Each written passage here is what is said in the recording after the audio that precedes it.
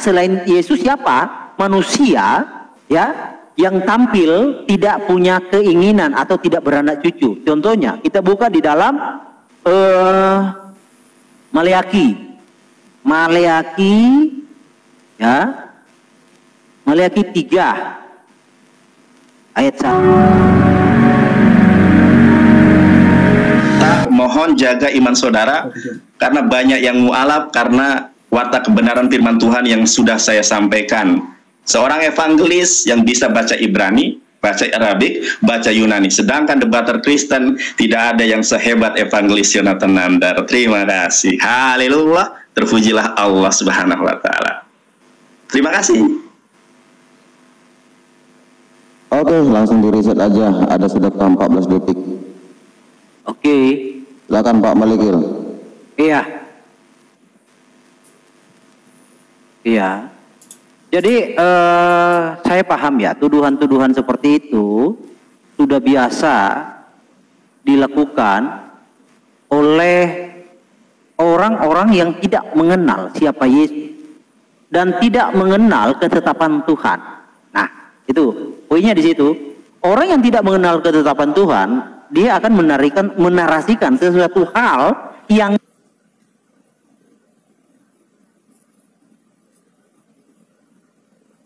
tidak Tuhan tetapkan.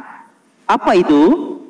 Di dalam Alkitab, Tuhan ya semesta alam Yud-Heh-Vah-Peh tidak pernah membuat ketetapan bahwa benih roh akan beranak cucu. Tidak ada di dalam Alkitab dari Kejadian sampai Wahyu roh itu punya anak cucu, ya. Benih roh itu tidak ada. Di mana ketetapan Tuhan itu terhadap benih Adama, benih manusia, debu tanah. Kejadian 1 ayat 28. Saya sebenarnya sudah mengutarakan ini, tetapi beliau memang tidak mengerti karena memang sudah mungkin tujuannya ya, rencana dia. Di dalam Kejadian 1 ayat 28, Nandar itu bisa terjadi jika Yesus itu ciptaan. Nah, jika Yesus itu adalah debu tanah, seperti kawan-kawan yang lain mengimaninya dari debu tanah, maka terikat dengan aturan dan ketetapan ini, beranak cucu. Ya, contohnya siapa? Harus ada loh testimoninya. Selain Yesus siapa? Manusia, ya, yang tampil tidak punya keinginan atau tidak beranak cucu. Contohnya, kita buka di dalam Maleaki, ya, Maleaki 3 ayat 1. Oke. Lihat aku menyuruh utusanku. Jadi utusanku di sini Malak, ya. Siapa yang dimaksud? Yang dimaksud Malak di sini utusannya adalah Yohanes Pembaptis. Nah, Yohanes Pembaptis adalah contoh, ya, salah satu bukti bahwa benih roh. Yohanes Pembaptis adalah Malak. Lihat aku menyuruh utusanku supaya mempersiapkan jalan di hadapanku. Dengan mendadak ya Tuhan Adonai yang kamu cari itu akan masuk ke baitnya. Kita lihat dalam originalnya ya. Jadi tadi bukan tupa ya, kupah. Ya, Bro Nandar itu salah sebut. Kupa itu sama dengan kalau di kita kekristenan, di kita di Indonesia itu kamar pengantin, ya itu kupa, bukan tupah. Ya, oke, kita buka di,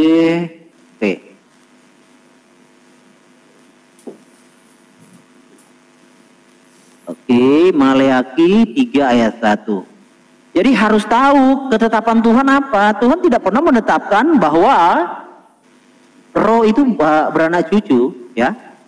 Maleaki 3 ayat 1. Oke. Nih. Malah. Jadi malaikat yang diutus, yang mempersiapkan jalan, yang dipahami, yang digenapi adalah Yohanes Pembaptis. Jadi Yohanes Pembaptis tidak punya hasrat karena dia benih roh. Yohanes Pembaptis tidak menikah, itulah ya, sebagai contoh juga bahwa benih roh itu tidak ada kawin-mawin. Sama seperti Kristus berkata, ketika orang bertanya, siapakah yang akan menjadi suaminya? Kamu sesat. Nah, jadi kalau Anda mengotot tetap ngotot, harus pahami dulu kehendak Tuhan di dalam Alkitab itu apa. Perintah beranak cucu di dalam Alkitab itu ada 3. Ya, kepada Adam, lalu kepada Israel, dan kepada siapa? Nuh. Nah, itu ada 3. Jadi benih debu tanah yang mengantongi perintah, yang mengantongi ketetapan Tuhan untuk beranak cucu, bukan benih roh. Sedangkan Kristus Yesus itu adalah roh yang menjadi daging, ya, bukan debu tanah. Nah, tuduhan nandar hanya bisa dibenarkan oleh ketika seorang Kristen itu percaya Yesus itu debu tanah. Ya, kalau di dalam kekristenan banyak yang percaya hal demikian, Yesus juga dari debu tanah. Nah, itu konsekuensinya Yesus harus punya istri. Karena perintah itu ditetapkan kepada manusia debu tanah. Ya, Yesus bukan debu tanah. Nah, di dalam Matius 1, Yesus itu adalah Roh Kudus. Yang dikandung Maria adalah Roh Kudus, bukan debu tanah. Jadi kita ini adalah manusia debu tanah. Artinya asalnya dari debu tanah. Yesus itu adalah manusia dari roh. Makanya Yesus berkata, apa yang dilahirkan oleh roh adalah roh, apa yang dilahirkan oleh daging adalah daging. Nah, mungkin sampai di situ dulu. Oh, masih ada waktunya? 1 menit. 1 menit. Nah, tentang kupa itu adalah suatu tempat, ya, suatu tempat untuk mempelai, ya. Nah, kalau Anda menarasikan tadi membawa Bambang Nursena mengatakan begini, saya merasa Anda memotong itu, bro. Karena Pak Bambang ada penjelasan dia di mana Kristus itu umur 13 sampai 29. Ada videonya juga menjelaskan, tapi ya nggak apa-apa, Anda kan sukanya mencari sesuatu yang mendukung argumen Anda. Saya paham. Jadi di umur 8 hari seorang Yahudi, Yesus itu lahir di tengah-tengah Israel. Umur 8 hari diberitakan. Mengapa? Karena ada tradisi sunat. Dan umur 12 tahun itu hadir. Mengapa? Karena ada tradisi bar mitzvah, ya, anak-anak umur 12 tahun. Nah, dari umur 12 tahun, Yesus umur 12 tahun sudah mengajar loh. Bukan belajar, tapi mengajar. Dia bersoal jawab dengan orang-orang Farisi dan Saduki. Jadi umur 12 dan sampai umur 29 dia ada di tengah-tengah Israel. Dia mengajar, bersoal jawab dengan orang-orang Farisi dan Saduki. Mengapa dicatat itu tampilnya umur 30? Karena ketetapan Tuhan demikian. Contoh di Bilangan 4 ayat 1 sampai 3. Bahwa umur standar seseorang yang memenuhi yang ditetapkan habis. Oke, lanjut. Ini berapa ketembak nih?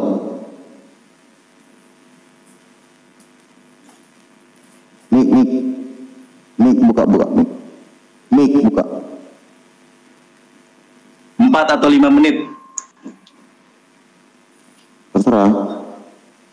Ya, Bang Herdi gimana? 5 menit? 5 menit ya? Gak apa-apa, kita kan selesainya saja. Nanti kalau kiranya ya. 5 menit aja 5 ya. Oke. Ya. Bentar, saya mau ini dulu balik kamera ya. Ya, ini ada yang beberapa yang harus saya jawab dari kamu ya. Kamu fitnah dan kamu bacaannya saja salah, Herdi. Yesus ciptaan. Ya, tadi saya bantah dulu nih, Yesus ciptaan ya. Yesus itu memang benar ciptaan. Di dalam Wahyu 3 ayat ke-14 ya. Saya bacakan ya. Sudah saya bilang, evangelis ini bisa baca Yunani, bisa baca Ibrani. Kaito angelo tes en la odekia eklesias grafon tade legei ho amen ho martus ho fistos kai aletinos he arketes ketisios tauteo. Ternyata Yesus itu adalah permulaan dari ciptaan Allah. Dia ini bukanlah Tuhan, dia ini adalah ciptaan, makanya dia menikah. Dan tadi Herdi, kamu memfitnah saya, memotong video Bambang Nursena. Sudah saya katakan video fullnya ada di akun TikTok saja. Akun TikTok saya hanya saja untuk mengefisiensikan waktu, saya ambil poinnya saja. Kemudian saya katakan Herdi, Ini yang diambil oleh Bambang Nursena itu adalah Firke Abot, Ferek Hames, Misfar Esrim Ve'ehat. Kamu juga bacanya salah, kupah. Apaan itu kupah? Ya, tadi sudah saya jelaskan. Nah, tadi sudah saya bacakan ini ya teman-teman ya. Karena kita terdesak dengan waktu, ini sangat jelas nih. Bahwa salah satu fase yang harus dilalui oleh Yesus adalah lahufah. Ya, bukan kufah ya, lahupah. Ini kitabnya ada, bahasa Ibraninya ada, dan ini bukan karangan saya. Ini dari Sarapan Pagi Biblika yang kerap kali digunakan oleh Bang Herdi. Ya, apa itu lahupah? Lahupah itu kawin. Setiap orang bisa coba tanya Bambang Nursena, bener nggak tulisan saya ini lahupah? Apa lahupah itu? Cari di pencarian Google. Kawin. Ini orang Yahudi nih. Coba lihat pecinya tuh. Kawin. Pencarian gambar lahupah, kawin. Nah, pernyataan ini di dalam buku ini dibenarkan oleh buku ini. Berbagai cabang Yudaisme memiliki penafsiran sendiri-sendiri, bla bla bla bla. Kemudian seandainya Yesus dari Nazaret belum menikah menjelang umur 18 tahun, dia akan dianggap sebagai makhluk yang sangat aneh. Lebih buruk lagi, dia tidak akan sungguh-sungguh diterima sebagai guru oleh orang-orang Yahudi lainnya. Kenapa? Di sini 18 tahun, di sini 18 tahun, sama, di sini 18 tahun, Yesus harus kawin.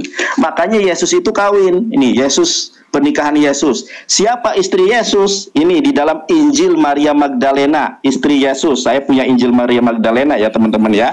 Di dalam Injil Maria Magdalena, Yesus sangat jelas di sini nih. Di dalam ayat ke-1 sampai ke-6, Petrus berkata kepada Maria, kami tahu cinta guru terhadapmu beda dari cinta-cinta terhadap wanita lain. Beritahukan kami apa saja yang dapat kau ingat dari apa yang disampaikannya kepadamu, suatu yang kami belum dengar sebelumnya. Petrus dapat merasakan kekuatan Maria. Ia dapat merasakan kekuatan setiap kata yang terucap olehnya. Ia pun sadar bahwa kekuatan itu karena cinta sang guru terhadapnya. Jadi ini adalah wanita yang disebutkan di dalam papirus yang sudah tadi saya perlihatkan, yaitu papirus yang teruji keasliannya bahwa istri dari Yesus itu Maria Magdalena. Begitu ya. Nanti kemudian ini datanya sangat jelas, apalagi tadi yang saya catat ya. Tuh, saya bisa Ibrani, ini Ibrani tulis tangan ya teman-teman ya. Di Indonesia ini jarang yang menguasai ini. Nah, waktu saya 1 menit 18. Oke. Kemudian anak-anaknya Yesus. Oke, ini nih. Jadi Roh Kudus pun itu adalah ciptaan, teman-teman ya. Dalilnya Zakaria ya, Zakaria Ferek Stayim Esreh atau ayat ke-12 pasal ke-12. Kemudian aduh laptop saya kecoret lagi. Di dalam Misfar Fasuk Alep Masyade bar Adonai al Yisrael neum Adonai noteh shamayim fayoseda eretz fayosher ruah Adam bekirbo. Ya, ruah yang ada dalam diri manusia Yesus adalah ciptaan. Baik Roh Kudus maupun Yesus sendiri adalah ciptaan. Datanya sangat jelas. Makanya sudah saya bilang, sudah saya katakan, tidak ada Kristen di muka bumi ini yang sanggup membantah saya bahwa Yesus menikah dan punya anak. Ini data ilmiah. Ini adalah saya disclaimer terlebih dahulu ya, bahwa ini adalah kajian ilmiah. Siapapun boleh mengantitesa atau berdiskusi dengan seorang evangelis yang ditakuti para pendeta se-Indonesia. Terima kasih, Bang Ken. Oke, cari layarnya, bro. Ya, udah. Oke. Jadi sudah agak sedikit melunak ya nandarnya. Jadi dia mengatakan bahwa Roh Kudus itu ciptaan. Saya harap Anda bisa membuktikan di dalam ya, di dalam Alkitab Roh Kudus itu di kitab apa dikatakan diciptakan ya. Sebab Yesus itu adalah Roh Kudus yang menjadi daging.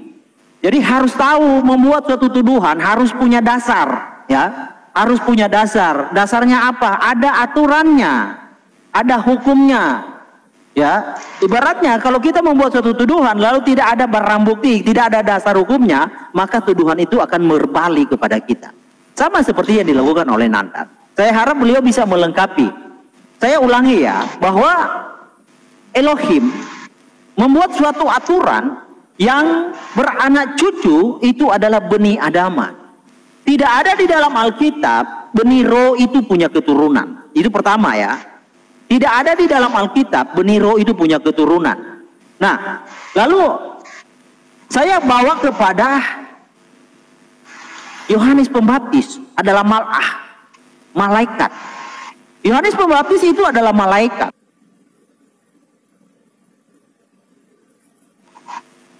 Malaki. Coba. Nah, ini. Ya. Dia adalah malaki, malak. Yohanes Pembaptis adalah malaikat yang menyediakan jalan. Itulah sebagai suatu contoh penguat bahwa benih roh itu tidak punya keturunan, tidak punya anak, tidak punya suami, tidak punya keturunan secara lahiriah, ya. Nah, yang dimaksud tadi kupa, Yesus memang adalah mempelai laki-laki, tetapi bukan mempelai dalam hal perkawinan biologis. Ya, sama seperti nubuatan ya, nubuatan karena Tuhan Yesus untuk menggenapi nubuatan ini. Jadi mempelai laki-laki itu adalah Yotevave semesta alam, ya. Tetapi bukan mempelai laki-laki seperti yang dipahami oleh Nandar dan kawan-kawan ya. Yesaya 54 ayat 5. Oke.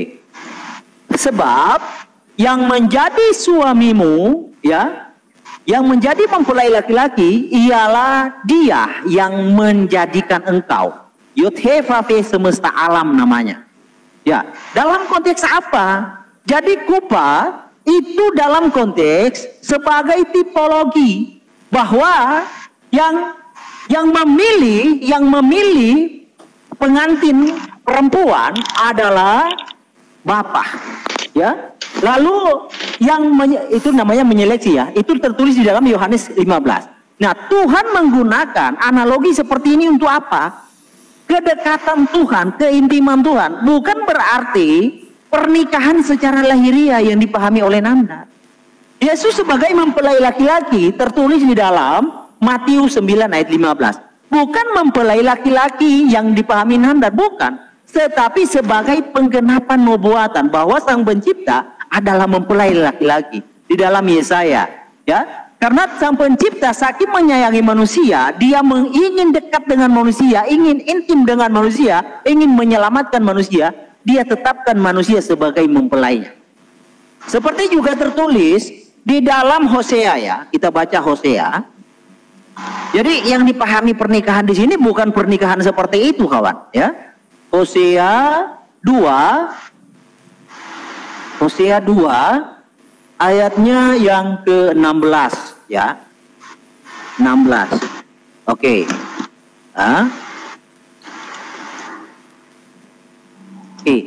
Maka pada waktu itu demikianlah firman Hashem. Engkau akan memanggil aku suamiku dan tidak lagi memanggil aku Baalku.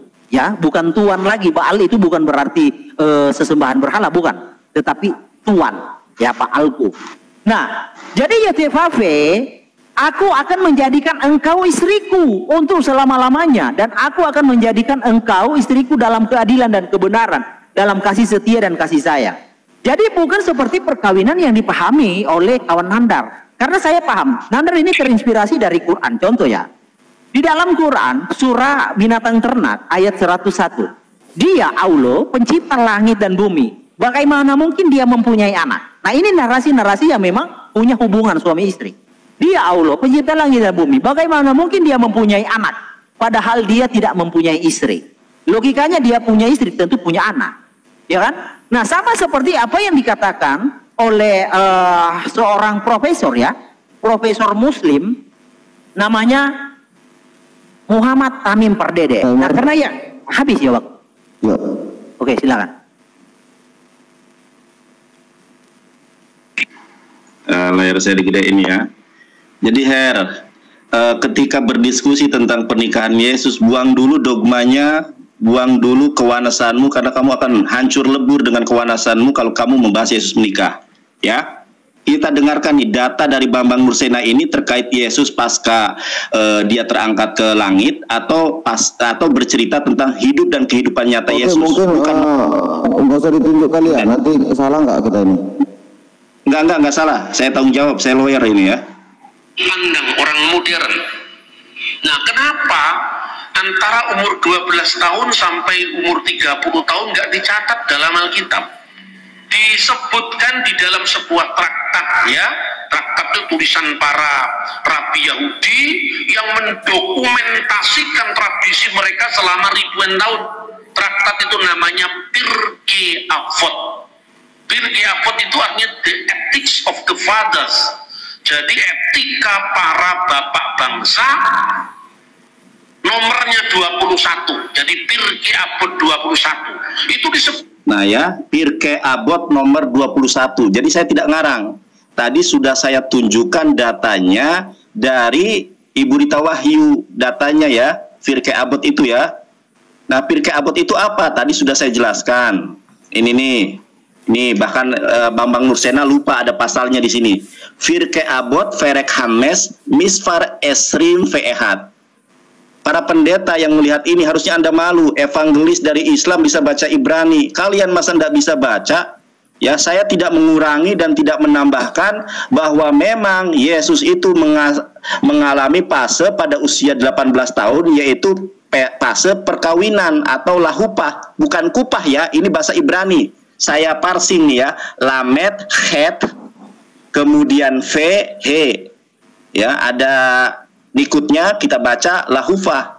Lahupah itu apa? Di googling aja. Pencarian gambar. Kalau pencarian all ini bahasa Ibrani semua ya tuh. Tuh, pencarian ini Ibrani semua ya. Kalian nggak bakal becus. Nih, saya pencarian gambar. Cukup dengan gambar saja. Ternyata lahupah itu kawin. Kawin di sini orang-orang Yahudi tuh, lihat topinya tuh, pecinya, peci yang uprit itu. Jadi lahupah itu kawin. Herdi, kita tidak berbicara di dalam Pirkei Avot Ferek Hames Misfar Esrim.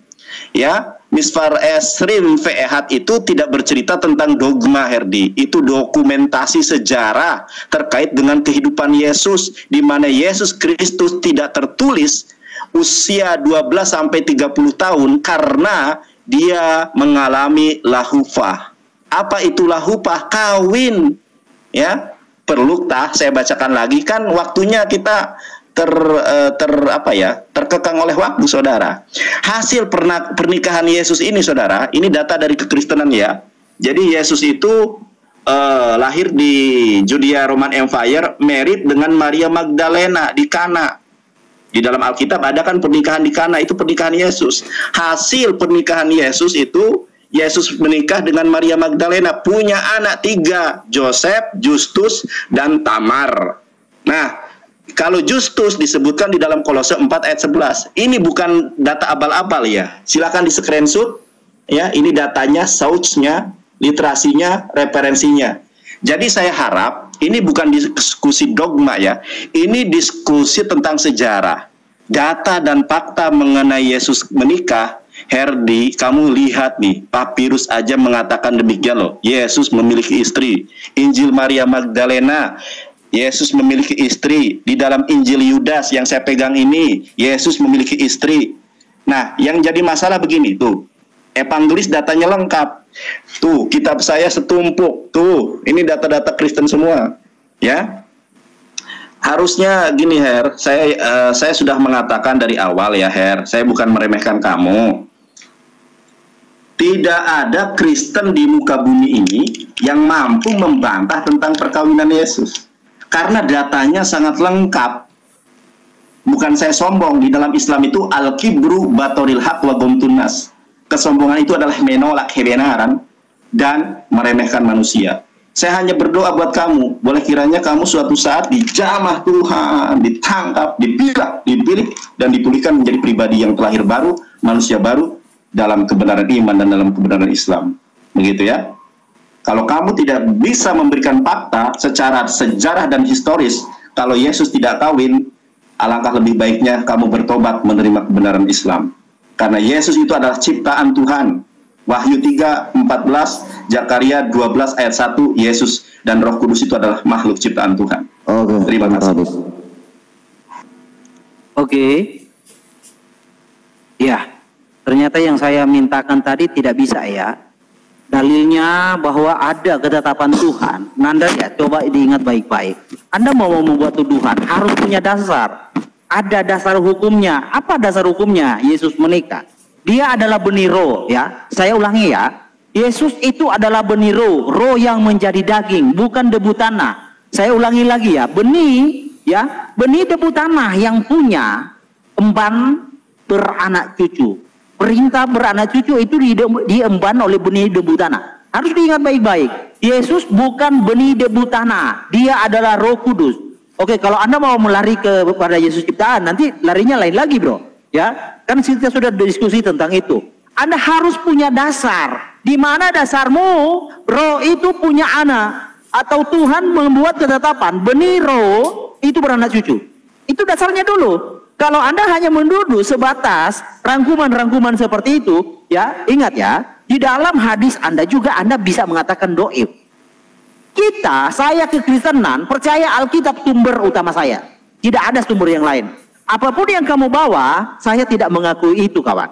Ya, selain Alkitab. Jadi kamu harus bisa membuktikan di dalam Alkitab bahwa Yesus itu menikah. Kalau hanya sebatas narasi-narasi orang yang mendiskreditkan Yesus, itu nggak akan mempan.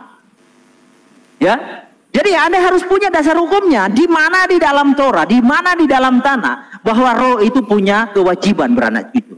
Ada nggak perintahnya? Kalau nggak ada, buat apa ngotot? Eksegesis mandiri itu hanya mengakibatkan Anda lebih jauh dari kebenaran. Ya, oke. Anda membawakan tentang perkawinan di Kana. Perkawinan di Kana, bagaimana Yesus itu adalah mempelai laki-laki, sedangkan Yesus ibunya berkata, mereka kehabisan anggur. Yesus itu hadir, ikut. Jadi perkawinan di dalam orang-orang Yahudi bukan hanya sehari, kawan. Ya, sehari 2 hari, ada banyak persiapan yang harus dilakukan untuk suatu ritual-ritual perkawinan. Ada namanya seleksi mempelai, ada harga seorang mempelai. Di mana datanya? Harga apa yang dibayar untuk perkawinan yang kamu pahami secara rupiah? Sedangkan perkawinan yang Yesus maksud, Yesus itu yang memilih mempelai-mempelai. Ya, harga apa yang Yesus berikan untuk membayar seorang mempelai? Darah dan tubuhnya di kayu salib. Itulah perkawinan Yesus. Ya, bukan perkawinan yang seperti kamu maksudkan. Kalau kamu menuntut perkawinan secara lahiriah, harga apa? Di mana dalilnya? Yesus membayar harga. Karena di dalam aturannya harus ada harga. Sama seperti ketika Ishak. Jadi tipologinya adalah Ishak. Ishak itu memberikan harga. Ya, jadi utusan Abraham itu memberikan harga, memberikan mahar kepada pengantin si Ribkah. Ya, ada harga. Nah, kalau kamu ngotot itu secara lahiriah, harga apa yang dibayar dan kepada siapa Yesus bayar? Nggak ada, kawan. Yang ada justru harga darah tubuhnya yang dia berikan kepada manusia yang mau percaya kepadanya. Bukan tentang pernikahan secara lahiriah. Ingat, di surga itu tidak ada kawin-mawin. Bukan seperti, saya sangat paham Anda ingin membenarkan ajaran Anda karena di surga ada kawin-mawin. Alkitab menyatakan tegas, di surga di hari kebangkitan nanti tidak ada kawin-mawin. Ya, jadi jangan memaksakan sesuatu hal sehingga Anda bisa mencari posisi remis dalam diskusi ini. Tidak seperti itu, kawan. Contoh ya, saya coba bawakan Anda di dalam, oleh Profesor Muhammad Tamin Pardede, ya, dijelaskan Isa yang Anda imani adalah Yesus, ya, adalah Jibril, adalah hybrid Jibril yang dikandung oleh Maryam, ya. Ini oleh Profesor Anda. Nah, Anda kan suka mengutip-ngutip buku. Nah, saya mau lihat apakah Anda ingin membenarkan kitab ini oleh Profesor Tamin Pardede, ya. Dan di dalam Sadul Ma'ad pun jilid 1 bahwa yang dikandung Maryam adalah Jibril, masuk lewat mulut. Ya. Jadi apa yang Anda mau debatkan? Sedangkan di dalam Qur'anmu Anda berkata, Allah berkata, yang dikandung Maryam adalah rohnya, adalah ruhnya, ruh kami. Lalu bagaimana Anda mengatakan bahwa Isa itu adalah debu tanah? Yang Anda imani Yesus adalah debu tanah? Itu tidak nyambung. Saya bukan mau membenarkan, tapi mau mencoba mengasih tahu Anda supaya apa yang Anda paparkan itu punya dasar juga di dalam keimananmu. Ya, bukan hanya kamu mencari celah lalu kamu menyerang secara membabi buta tanpa dasar. Nah, itu sesuatu yang nggak logis, bro. Tidak baik di dalam dunia akademis berdiskusi tanpa dasar. Oke, lanjut.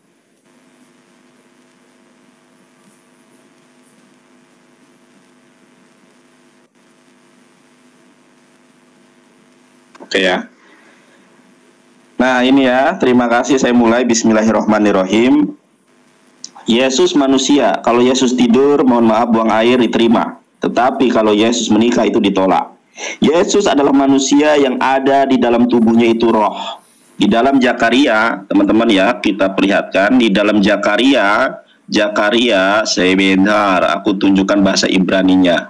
Di dalam Zakaria, oke, ternyata di dalam Zakaria ruah Adam begirto, ya, roh yang ada dalam diri Yesus itu adalah ciptaan Tuhan. Roh Kudus itu adalah makhluk ciptaan Tuhan. Kita lihat di dalam Alkitab, ya, Alkitab, sebentar saya lupa, di dalam Markus, ya, di dalam Markus, sebentar ya, kita lihat dulu. Di dalam Markus 2 ayat 28 bahwa Yesus Kristus, nih saya bacakan ya, makanya belajar bahasa Ibrani. Lahen ben ha-adam adon gam la syabat. Nah, saudara, ternyata Yesus itu adalah ha-adam. Dia itu adalah manusia. Dia itu bukanlah Tuhan. Nah, karena dia adalah manusia, maka di dalam dirinya itu ada roh ciptaan Tuhan. Tetapi saya tidak akan membahas terkait itu. Saya ingin fokus Anda membuktikan kalau Yesus itu tidak menikah. Sedangkan data-data yang saya sampaikan, Yesus itu menikah, ya. Ini tadi ya datanya ya di dalam Habesorah Alfi Markos Ferek Bet, ya, pasal 2 ayat 28. Kalau banyak ayat yang mengatakan bahwa Yesus itu adalah manusia. Nah, kemudian ini pernikahan Yesus bukan berbicara tentang di sorga, saudara. Tetapi kenapa usia Yesus dari usia 12 sampai 30 tahun tidak dicatat, ya, atau the losing years? Karena Yesus harus mengalami fase-fase sebagaimana orang-orang Yahudi mengalami fase itu. Ya, diakui atau tidak, Anda sadar atau tidak, Anda jujur terhadap diri Anda sendiri atau tidak, Yesus harus mengalami la mikra, la misna, la misfot, la talmud, la hufah, saudara, yaitu pengantin, kawin dia. Makanya kalau kita lihat di dalam Lukas 7, saudara, ketika Yesus, Lukas 7 ayat 38, ya, Yesus menciumi ya, menciumi Maria Magdalena. Di dalam tradisi dan hukum Yahudi tidak boleh laki-laki yang bukan mahram diciumi. Kenapa kok tidak ada yang protes? Karena Maria Magdalena adalah istri dari Yesus Kristus. Ciumi. Itu menciumi. Oh, saya pause. Yang mana menciumi? Ini menciumi. Coba baca itu. Apa tuh? Oh, oke, silakan. Iya, menciumi kan. Kalau menciumi itu kan lebih daripada sekali.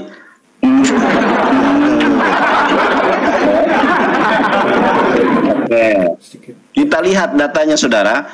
Di Lukas 7:38 tidak ada yang protes Maria Magdalena menciumi Yesus. Karena di dalam Me'agli Hayim, makanya belajar bahasa Ibrani, Herdi. Saya ajari kamu gratis kalau kamu mau pintar, ya. Di dalam Me'agli itu lingkaran, Hayim adalah kehidupan, ya. Di dalam Me'agli Hayim, please do not touch me as I do not have a marriage contract from you. Jadi seorang laki-laki tidak boleh menyentuh seorang perempuan, begitu sebaliknya, kecuali ada akad pernikahan. And until the day of his death, the man did not touch the woman. Sampai matinya, seorang Yahudi laki-laki tidak boleh disentuh maupun dicium oleh seorang yang bukan mahram, Herdi. Saya sudah mengapresiasi kamu, Herdi. Kamu sudah meninggalkan Tritunggal. Tinggal sedikit lagi kamu mendapatkan hidayah Allah, kalau kamu mau. Ya, saya berani dan akan mengajari kamu Ibrani, Yunani gratis tanpa dibayar. Ya, Herdi, Sampai kapanpun tidak akan bisa ada yang membantah. Makanya saya ketika Ken membuat video, di tag siapapun gak ada yang berani. Ya, kalau boleh kiranya Paulus hidup dan bangkit kembali, mungkin saya juga bisa memohon kepada Pak Paulus. Pak Paulus, ayo kita berdiskusi tentang pernikahan Yesus.